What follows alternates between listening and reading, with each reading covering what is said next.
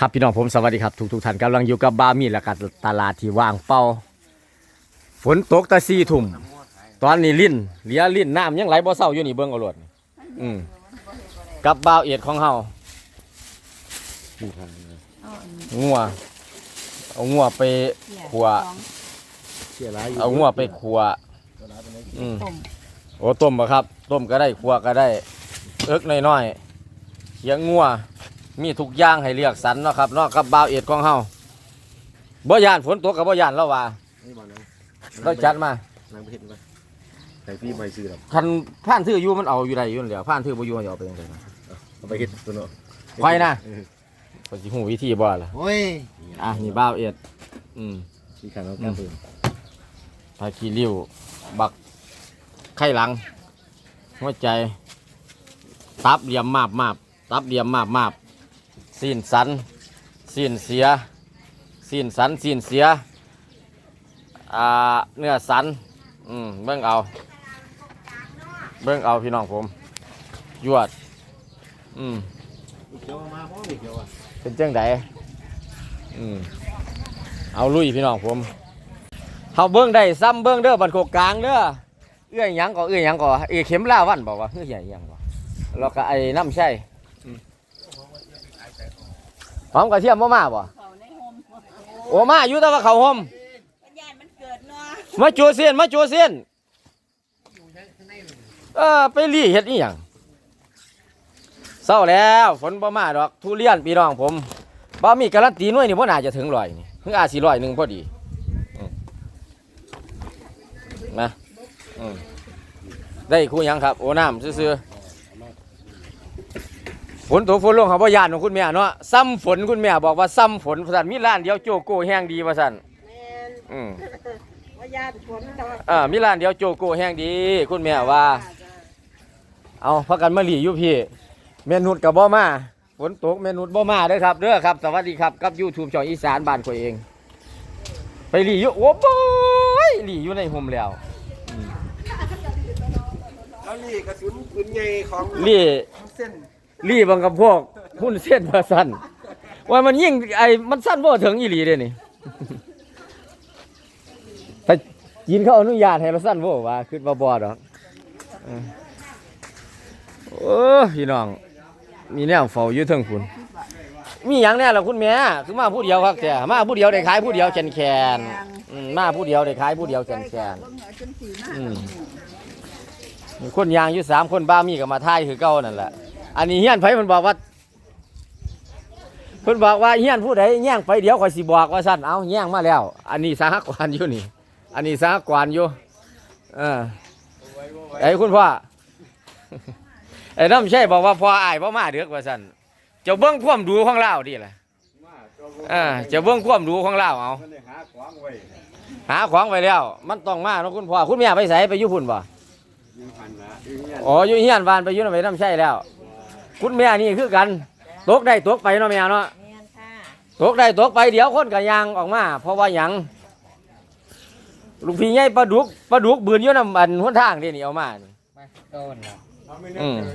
มาคือเก่าที่เราฝนตกปลาบืนครับปลาบืนเราก็ฉลาดเราก็หาเจ็บเอาปลาบืนกันแล้วคุณแม่เราก็สิตั้งคือกันได้ความตั้งนี่บักทั่วกับมาเหมือนเดิมคือเก่าฝุ่นพักกันได้สุบเป็นปุ่มเป็นง่วนไปแล้วคุณแม่ผู้บ่ยานฟ้ายานฝนแบบนี้มันก็สิลิ้นเบิดมือนั่นแหละบ้ามีว่าโอกาสบ่ตกหน่อยโอกาสบ่ตกก็น้อยมากในยังมาขายคุณแม่พักบ่โอ้ไอแผงพักครับเขาสิไปคุยกับบ่าวเอียดว่าได้กินนู่นมาบอกคุณพ่อฝนตกว่าได้มันเอามันไข่แล้วมันบ่ตายบ่กินนู่นถ้าเก่ามันไข่แล้วมันตายดิมันอยู่น้ำต้นนี้ยังตอนจะไปไต่ได้นี่คนสีหาเบิ้งน้ำพี่ภาษากวนฝนตกถึงก็ไปเห็นหูมันแล้วมันดูครับแล้วไปก้อนในกินนู่นนั่นโอ้ยห้านาคนสีเมาเอาของอีพัวซะเดือดนี่แม่กินนู่นก้นเนี่ยนะไม่ใช่เราว่าได้ไต่ดินี่มกยังคุณพ่อมกไก่ ก่ใส่ปี หมกไก่ใส่ปีกระบองผู้หมาก ผู้หมากเจนคุณยาสูบอุ้ยครบเลยร้านนี้มีครบทุกอย่างมีผู้มีหมากมีเจนคุณมียามียาสูบครบเลยคือมาร้านเดียวได้สูบได้เชี่ยวมาร้านเดียวได้สูบได้เชี่ยวของคุณพ่อค่าบ่ค่ามาเท่าไหร่ล่ะ มาว่าหา โอ้ยถือปานได้ฟรีพี่น้องเอาอยู่ดอกเว้ยเอามีข้าวอ่อนนำตัวอันนี้เอามัดนี่ใส่ถุงไว้เด้อค่ามัดละหาโอ้ยบ่เอาก็บ่ได้มื้อนี้ผ่านรอดได้หยังครับสวัสดีครับ บ่ได้หยังครับ บ่ได้หยัง นอนบ่หัวเลย บ่มันกับตัวเงี้ยพี่ได้แต่ว่ามันแห้งโดนเนาะมันเลยบ่มีน้ำปานใดแม่ โอ้บ่ ครับ หูจักลำดีว่าฝนตก อืม ตื่นเช้าขึ้นมาโอ้น้ำหงเต็มถนน เดี๋ยวยาขึ้นมาเอาเด้อคุณพ่อ เขามานำเมืองเลย เอาสองมัดโลดสิคือไปให้แม่นำไอ้มัดหนึงสองมัดเขามาอันนี้ข้าว อิหยังล่ะนี่ มกแกงชมค่ะ โอ้แจงสมของคุณแม่เป็นตาแซ่บ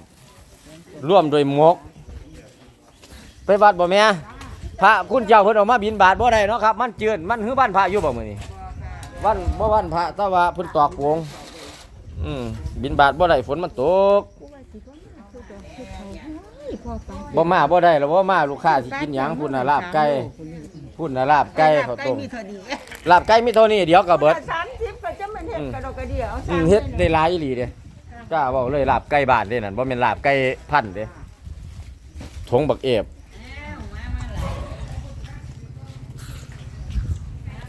ตลาดนี่แหละครับแบกกระดินของเฮาสวยงามเป็นอย่างยิ่งเนาะครับเนาะสวยงามเป็นอย่างยิ่งพี่น้องผม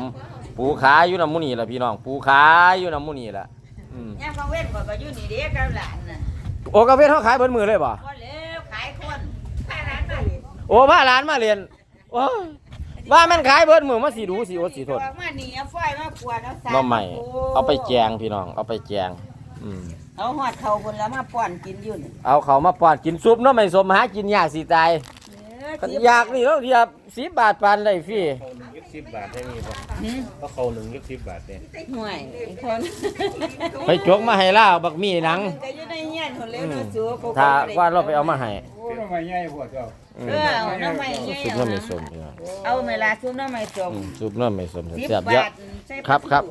ใส่ปลาทู10 บาทใส่ปลาทูหอมปลาได้ฟรีอ้าวบ่เห็นแล้วพี่น้องโอ้เป็นหยังคือบ่มาอยู่หนทางครับผมเฮ็ดก็บ่ได้เก็บแล้วมันสิไปเก็บมันได้ฝนตกห้ามคักกันดอกพี่น้องมีตะไคร้ก็เอาถอไข่สัวเราสิเก็บมาได้ไข่ก็ได้มาเสร็จมานี่อยู่นี่พี่น้องผมมาด้วยมันสิเกี้ยงหน่อไม้สอบละ50 บาทสอบละ50ฮะมันพอลักเอาได้อยู่น่ะนะน้ำกว่าข้างทางกะบ่คิดปานใดอย่างนี้หน่อไม้ขี้กายข้างทางพวกโวอยู่กับหักเอาโลดแล้วเนาะ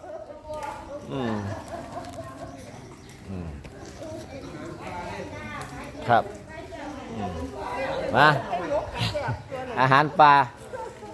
เบิ่งรอบๆตัวว่ามีเด้อลงผู้ลงคนเพิ่นก็บ่เพิ่นก็เห็นว่าเพิ่นบ่ย่านฝนแล้วเพิ่นก็ฮ้อมกำลังมาปูแผงขายบัดโคกลางยามมื้อเช้าวันอาทิตย์ไปจังได๋บรรยากาศแนวนี้มักคักแม่นบ่มักนั่นเลี้ยวบ่ฮ้อนว่าซั่นเดี๋ยวลูกค้าก็มายางคุณแม่เดี๋ยวลูกค้าก็มายางข่อยสิทายไปจังได๋ล่ะไอ้ล้อโอ้ยเปียกเดือดกบหน่อยกินดีป่ะย่านผมว่าสิเอากบหน่อยไปใส่อยู่หน้าเบิ่ง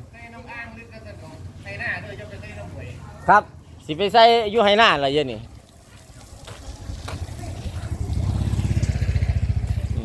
เอามือนี้ผู้คือมีคู่เพียงเนี่ยเป็นจังไดผู้ไหมผู้มีคู่เพียงพี่น้องว่าสิงไข่บ่เห็นบักหมากเว้ยครับบ่เห็นบักหมาก ขายบ่เป็นเนาะ บ่เห็นบักหมากแม่นบ่สดๆมาเด้อครับเด้อผู้บ่ยานฝนเพิ่นก็ได้เงินเด้อพ่อแม่พี่น้องมื้อนี้เพราะว่าคนยางบ้ามีมั่นใจว่าคนยางมีอยู่แล้วคนยางมีอยู่แล้วคนยางคนซื้อมีอยู่แล้วแต่ว่าพ่อค้าแม่ขายเฮานี่สิซ้ำใดสิไปจังไดล่ะไปได้บ่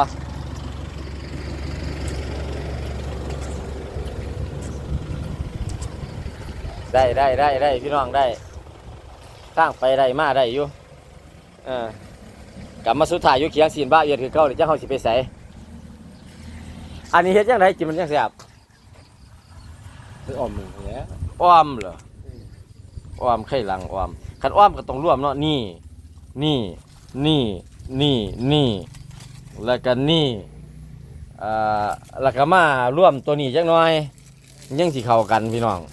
มันจังสิเข้ากัน เมื่อไรก็บอก บ่ครับจับได้2ตัวถ่ายคลิปกับปล่อยตัวเอามาเฮ็ดหยัง2ตัว ขึ้นบ้านเขาจะเอาอะไรร้ายเลย3 โล 4 โลบ่ เรือสิไปเบิ่งกลางบ้านคันอยู่กลางบ้านมีมันก็สิได้อยู่สิไปเบิ่งกลางบ้านสันน้อยๆซีนงัวน้อยเด้อครับเด้อเป็นซีนงัวน้อยเพิ่นปันพูดมื้อกว้านนี่เอาไว้พูดหนึงบ่ท่านเฮ็ดกินเท่าเยนี่เอาขอบคุณทุกไลค์ทุกซับทุกการที่กระจามเหมือนเดิมคือเก่าพี่น้องผมมาฝนตกฝนลงก็มาว่าพ่อค้าแม่ขายเพิ่นบ่ย่านบ้ามีก็บ่ย่านก็นำมาถ่ายได้คือเก่าขอบคุณครับสวัสดีครับ ตลาดไหมวะ ความว่างเป้าพี่น้องผมมันก็ตกเบิดขึ้นนอนหรอกก็ได้จักไผสิมา